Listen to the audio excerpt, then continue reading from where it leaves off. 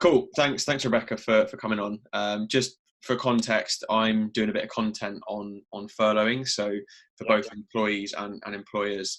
And I know you've had some experience with helping business with this. So yeah, basically arrange the call with you. But as often happens when I speak to a Sanctus coach, normally some kind of wisdom bomb gets dropped on me, and I wish I'd been recording. So I had this wacky idea for us just to record our conversation. So really it's kind of like an info gathering call from my part, really. Do you want to just kind of start and explain a bit more about who you are first? So I'm a Sanctus coach. So obviously work as part of the Sanctus team to support people with mental health. And aside from that, I also run my own consultancy, and my specialist area is HR. And within that, there's a specialism of equality, diversity, inclusion. So that's my passion, is actually helping organisations really see the person, not see the bum on the seat, and really respecting the person and valuing that person as their number one prime asset, because you will only be successful if your people are great and they're treated well. So I describe it as putting the human into HR, because sometimes we forget that it's human resources, not resources. Yeah. Nice. I'm going to steal that line. I could just see me using it somewhere. I don't know where, but yeah. So look, I'm going to just dive straight in. Do you want to kind of, well, actually, firstly, the word furlough. Yeah. I mean, I'm pretty sure it didn't exist before this period. I'm sure it was out there somewhere, but I think it's safe to say no one knew what the word actually meant or had ever heard it before.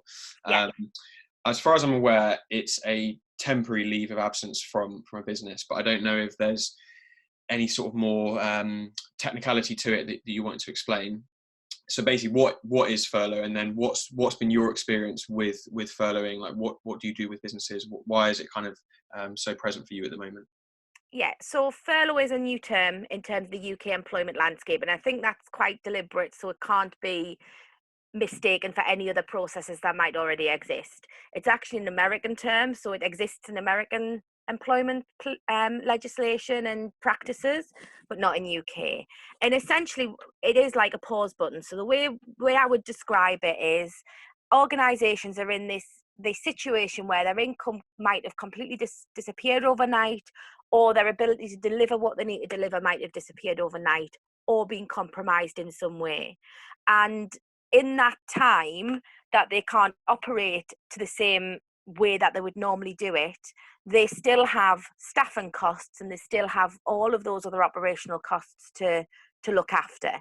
And what the government's done is they've stepped in to say, okay, let's put a pause on these employment contracts. So the person's still your employee, but you can put them into this holding space of being furloughed. And what that means is the employer still gets the workforce. So they still come out of this at the other end with their workforce intact. It also means they don't have any redundancy liabilities or costs that actually might put somebody into administration if they had to go into a redundancy situation. And it also allows the employee to still maintain their level of income. The 80%, comes from the fact that the government have calculated that we can probably live on slightly less money when we are isolating, because we're not getting on buses or driving, we're not going to the cinema, etc. So 80% is, I'm sure there's some science behind it, but it's what the government have come up with as most people can afford to live on 80% of what they earn. So the government have stepped in to pay that amount of money, so the employer doesn't have to carry that financial burden, but can still hold the employees within their team. Cool. That's a much more eloquent way of describing my version of it. And I guess for most people, myself included, it obviously the term is new, but the actual process is brand new as well. I think I'd never really even considered this could be an option before. For me, it was very much you're employed, or you're fired, or you're made redundant, or you're put on gardening leave. This kind of temporary pause thing is well, pretty much a brand new concept, I think, for a lot of people. And because of that, with it comes a lot of change, uncertainty, stress. I guess there's shame in it, judgment, whatever. So I think, what are you doing in a sort of HR/coach capacity around furlough with businesses? and what are you seeing it, because it's such a new thing, what are you seeing it's bringing up for employers, employees, people that have been furloughed, haven't been furloughed, I guess anyone really? So there's two sides to this. There's the technical side, so the fact that it needs to be by agreement, it needs to be contracted, there's all of those requirements. But there's the human side as well, and that's probably the more important part of this. So, I've virtually sat with employers who are in turmoil about doing it because they don't want to have to do this. They're worried about their business and they're weighing up, will there be a position available at the end of this if I don't furlough, against what's the impact if we do furlough now. So I don't think many businesses have gone into it lightly. They recognize it's a very big step, um, and for the employee, it is a really big change. We get part of our identity from work. We get our fulfillment from work often. It's part of our routine. It's part of our regularity. So it's part of our mental health, profiling in terms of what makes us be mentally resilient and mentally strong. It gives us all of those different things, and furlough can really compromise that. So I go from being a great employee, somebody who's really contributing, to somebody who's at home and is no longer required, albeit for a temporary period of time. We also have to remember that for everyone, not everybody has a happy home life. So one of my clients that I work with is actually a domestic abuse charity. They're seeing a significant increase in calls coming in where people are actually isolated with their abuser and can't access work as a way of getting away from that and supporting that. So, my encouragement to employers, and what I'm talking to employers about, is furlough is a suspension of work. And what that means is they cannot do anything that contributes to the business profitability, revenue, or growth. But it's not a suspension of relationship, and it's not a suspension of duty of care. All of those things exist, and actually become even more important. So employers need to be thinking about training. You can do training with your staff if they are furloughed. And that's a great way of connecting and bringing people together in a group, and also growing and developing the team so that they can come out of this more resilient. Also thinking about things like team meetings, with a caveat of there can't be team meetings about let's create a new product together. There can't be those kinds of meetings, but there can be meetings around how's everyone feeling, let's do some development as a team, let's have a beer after after work on a Friday night and just see how things are. All of those things, like even one-to-ones, everything should actually continue. Nice. Okay. Even more important now that there is that link back, and that we can assess and understand what it's like for somebody and how they might be feeling, and to really know that it's okay for people to feel how they feel. Some people might feel relieved that they're being furloughed. Some people might feel angry that they've been furloughed. Some people might feel angry they haven't been furloughed when their colleagues have. And all of those emotions are true, and they'll change every day. And employers need to be able to hold all of that, and understand that that person is still their person. They're just not doing the job for a bit. Yeah, and it's a great point actually about how you can continue work. I didn't realise that. I thought it was almost like a bit of a clean, clean cut, but clean, pause really. But yeah, you can continue to train.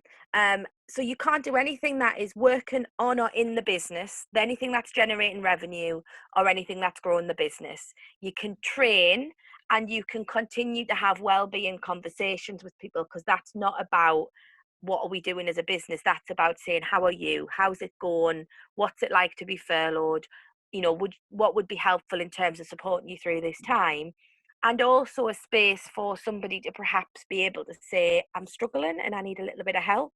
And then for employers to be able to signpost to the various organisations that might be able to offer some of that support. We do coaching as Sanctus, but managers also have a responsibility for coaching, and that can continue to happen. Not performance coaching, but coaching around how is this person feeling, and what do they want to do with this time, and to support. What have you seen people struggling with the most around furlough? Like, is it the process? Is it the legal side of things? Is it what it's bringing up, the emotion? Like, what's kind of the thing that, yeah, people are really looking for support on right now? Um, so if I speak about the employers, it's been very much about clarity. So what we've got to remember is when the government brings something out like a new piece of legislation, it's gone through so much rigor around user groups and testing, and it's gone through Parliament and had all of the debates about it. So most of the kinks are ironed out by the time it gets royal assent and it comes into law. This has happened within weeks.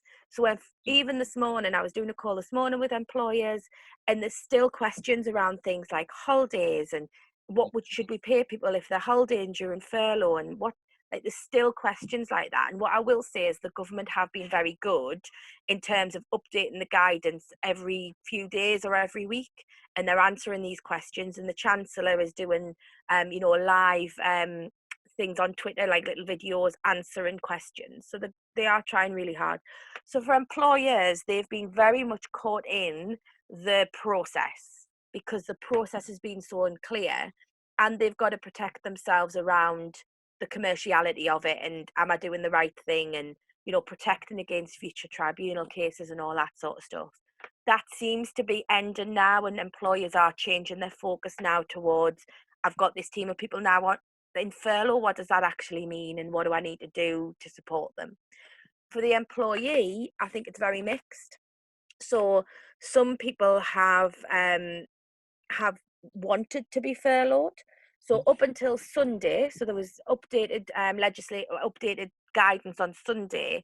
Up until Sunday, it wasn't clear whether somebody who had childcare challenges could be furloughed. So those people were typically on unpaid parental leave. That's now being clarified that that can be furlough leave.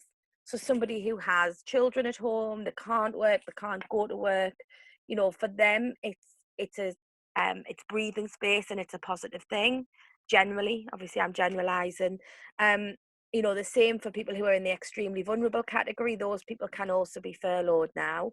Um, but for some people, like I say, taking away those, part of who we are is our job and our contribution and the impact we have. And the other side of the coin, we've had employees who are refusing to go on it because they want to continue delivering the service, which is great. But when those employees are in a vulnerable group, the employers kind of got to insist that something happens. Obviously, they can't insist to go on furlough leave, but it's that balance of protection, but also respecting what people want to do, and also the fact that work is a key part of who we are.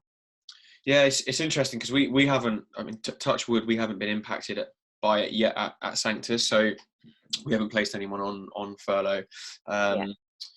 But yeah, I think as you were talking, I was just imagining for myself if we were going through that process internally. I think work's a big part of my identity, and actually, if I was placed on furlough, I think I would feel a sense of like kind of like loss. I think in a way, even if it was just temporary, I think I would probably feel a bit bored at home, really.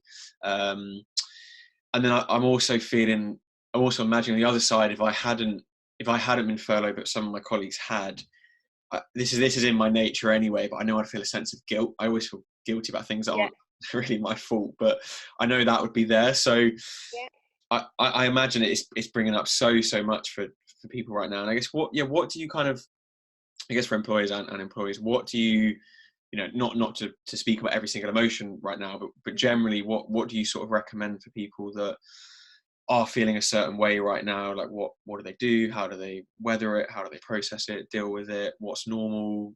Yeah, what's kind of your advice on that? So I think whatever you are feeling is normal. Whatever that is. Relief, happiness, anger, whatever the emotion is, and all of the ones in the middle, and knowing that you'll probably experience different things on different days. All of that is completely normal. It is, if you look at the change curve and you look at even like linking into the grief process, it's a sense of loss and a sense of losing something. All of that is completely normal.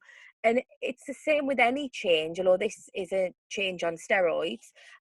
It's about talking about that and you know, allowing yourself to feel whatever you feel and know that that feels okay.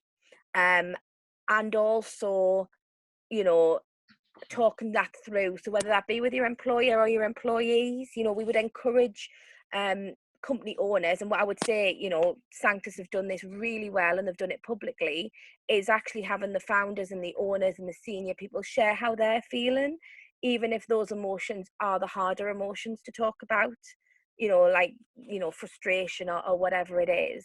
So actually encouraging those conversations and that vulnerability to come into the space. Like, we don't have to be strong, we can be vulnerable, we can acknowledge that this is hard and this is unprecedented, and none of us really know when it's going to end, and you know, all of that sort of stuff. So keep talking to your employees, talk to other people. So one of the things that is really missing is what we would call the water cooler conversations.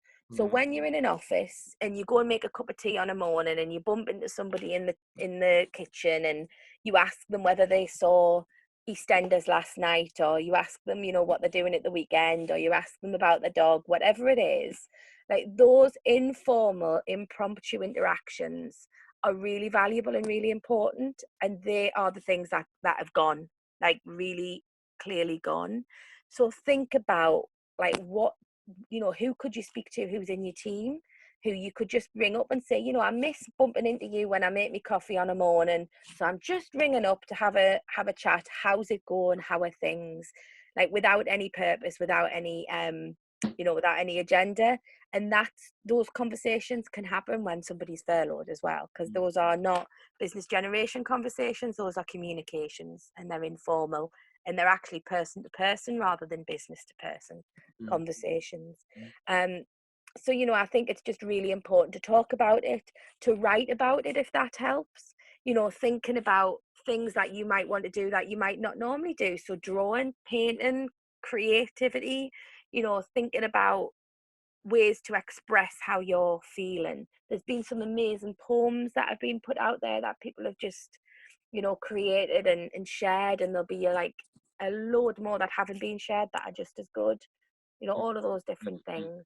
Yeah, I think I've seen people sort of saying that you can use this time to, yeah, grow and learn and create and yeah, take a step back and like kind of go introspect a bit more and find out new things you want to do. And I think that's also a balance, right? There's suddenly almost like a bit of a pressure to, whether you've been furloughed or you haven't, you've just got extra time because you're not commuting. Yeah. There's suddenly a pressure to, yeah, create or to write that fiction novel or paint or Yeah. whatever it might be. And I can see, I've seen it online myself. There's a lot of people posting saying, you know, if you don't, I think I've seen one tweet that's like, if you don't use this time to grow or to learn, then it's not that you lack time, you just lack discipline. And it's quite shaming. And I think on the other hand, you know, when Yeah. all this started, I started telling myself, well, no, because I've got a 3-hour commute every day, so pretty long. So I've saved 15 hours a week immediately Yeah. when I'm home. So I'm like, well, I've got pretty much like an extra like working day. So I'm definitely going to write that book that's been floating around my head Yeah. for years. And actually, you know, I'm 4 weeks in now, and I just know I'm not going to write it because I really can't be bothered. And I've been okay. I've like kind of accepted that's okay, but I sort of see the pressure from, definitely from sort of Yeah. social media. So I don't know if you've got any advice on that, you know, past sort of people just making sure they do what is right for them. And if that means that they've been furloughed and they Yeah. spend actually 4 weeks just watching Netflix, then that's okay. I don't know if you've got any advice sort of beyond that, or if that's just it really. Yeah, I mean, what I would say is there's a difference between using creative tools to express emotions that might be in us to help process them, and following, you know, there's famous people out there who like learn a new language and write a book and, you know, all those different things. And I think that is pressure inducing, because I'm trying to create an end goal, like I'm achieve, like there's something I've got to attain. And that is different for me than just saying, I've got these emotions and these emotions are very present for me, and they might be very heavy or very powerful emotions, and what might be helpful for me to get them out. So there's a difference between internalizing them and holding them and letting them be heavy, and externalizing them in whatever way that works. So that could be talking, it could be singing, it could be running, it could be drawing, it could be embroidery, it could be anything. And I think you're absolutely right. There's got to be that thing of, this is a really weird time. It's really weird for everyone. And if you sit on the sofa and watch Netflix for a month, then that in itself is healing. That in itself is sometimes what we need. What's powerful about this is, I think the Queen said this, and ironically, the Queen made me cry when I watched it on Sunday, or Saturday, or whatever day it was, which I wasn't expecting. But one of the things she sort of captured was just, this is just a moment in time to slow down. And I think it's just that slowing down and noticing what slowing down means for us. And allowing ourselves to do what feels right is what's important. And there's Disney Plus, so why wouldn't you spend at least some of the time on the sofa? Although when you've got a 3-year-old like I have, you just get to watch Frozen back to back. Oh yeah, I bet that's a whole I bet you know different all the mental words now, health don't you? challenge. Yeah, that's a whole different mental health challenge. That's probably not. But yeah. Oh, I've got Netflix and Amazon Prime now, so I'm absolutely sorted. Yeah. Yeah, I guess for employers, I think with an employee, there's just sort of the feelings that you sit with, and that's almost it. Whereas with employers, as is always the challenge at work, they've got to carry the business side of things and wear a business hat, and they've also got to carry the sort of like emotional side of things. So what's the line with them? Like, how much do they communicate to employees? How much do they sort of take on? How much of this sort of emotional burden baggage do they take on? Again, it's obviously it's a new minefield for everyone. I imagine people don't know exactly how to sort of traverse it yet, but I don't know if you've got any sort of specific advice on that.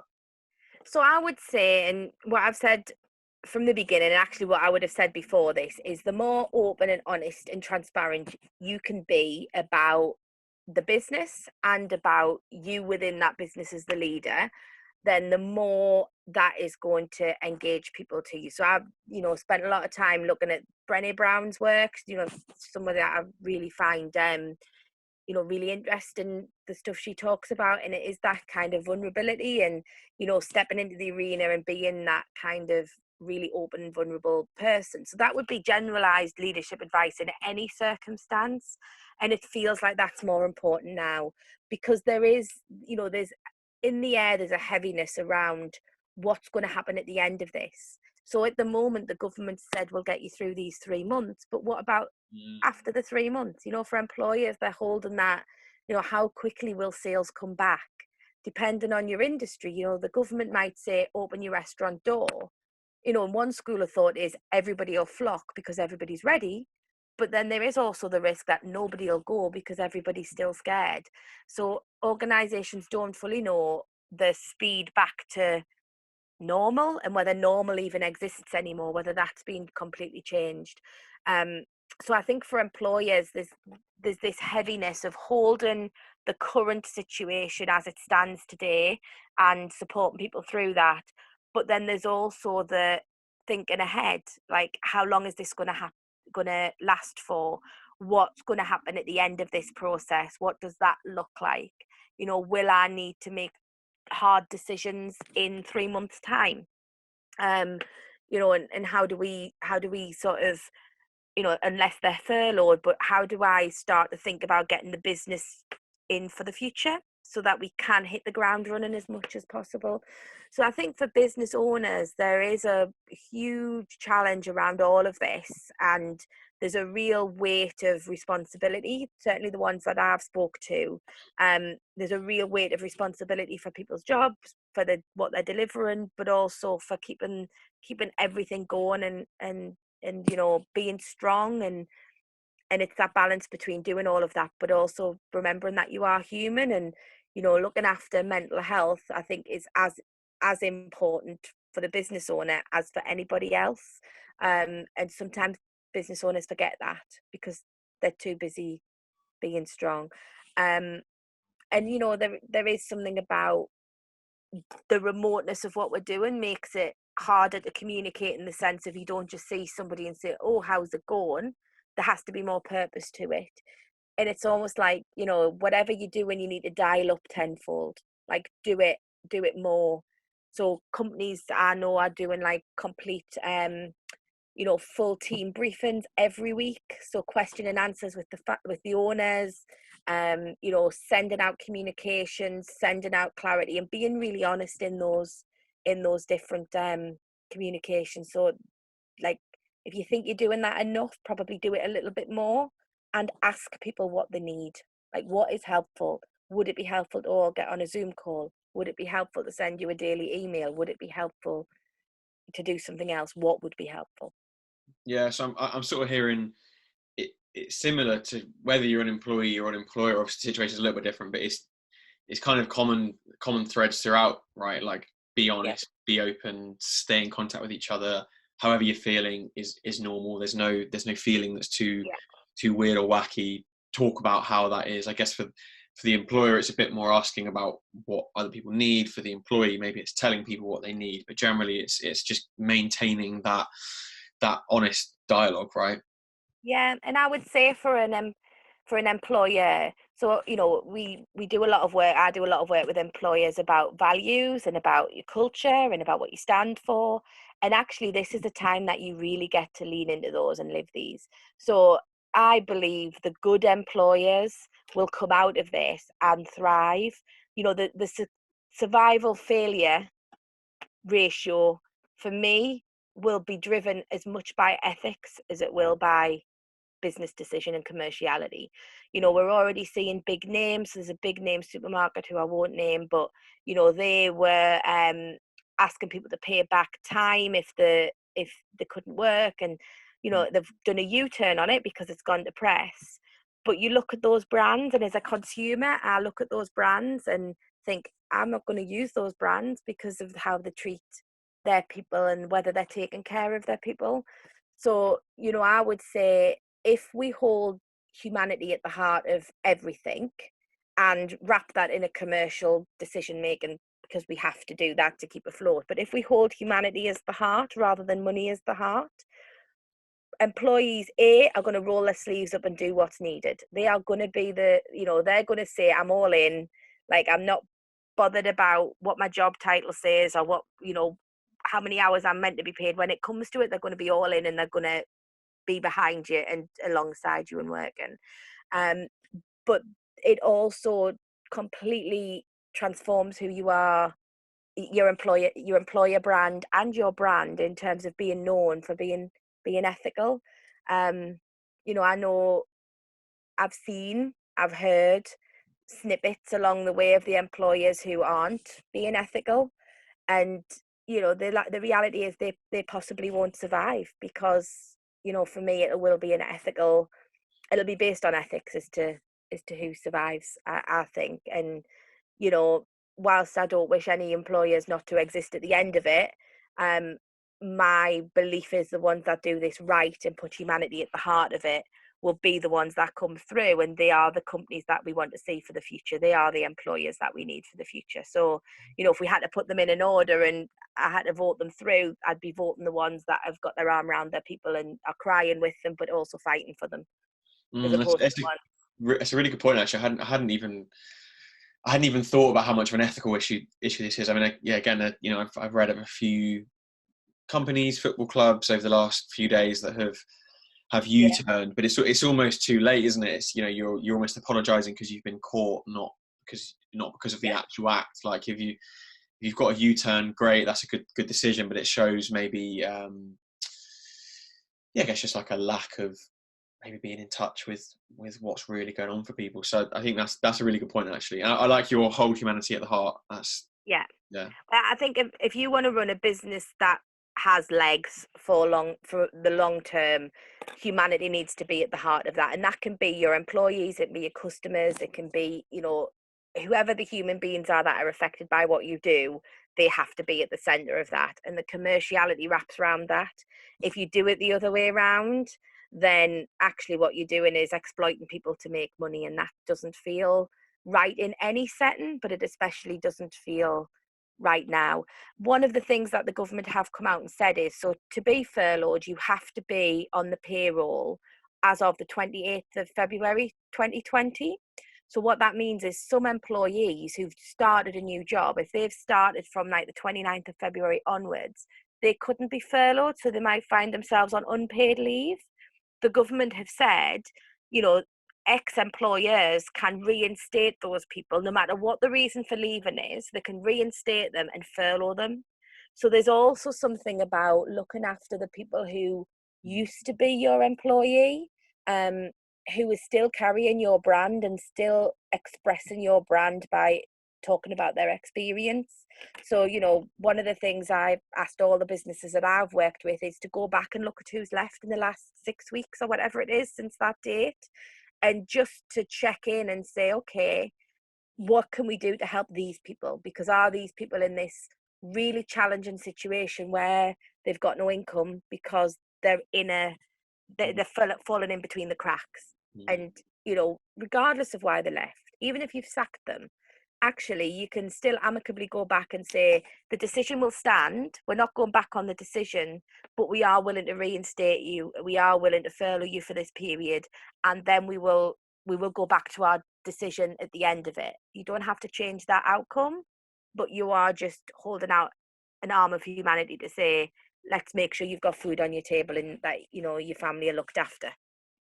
Yeah, I think a lot of what people should be doing right now, or make sense to do, like you say, you know, hold humanity at the heart, or support your employees and their well-being and their mental health. I think these are things that should be done all the time, Yeah. coronavirus or no coronavirus.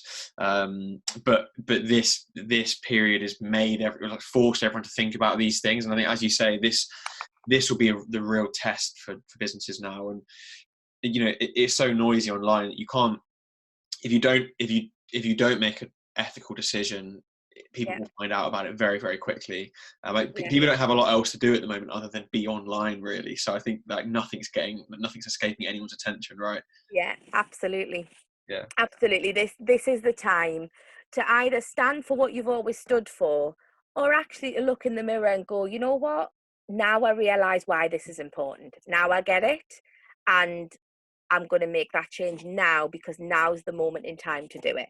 Now's the time that even if you've not had this approach, and maybe if you've not acted, you know, in the way you might on reflection have wanted to, this is the period where you can, you know, you can put that right and you can say, look, you know, we got it wrong in the past, but this is how we're going to look after you now.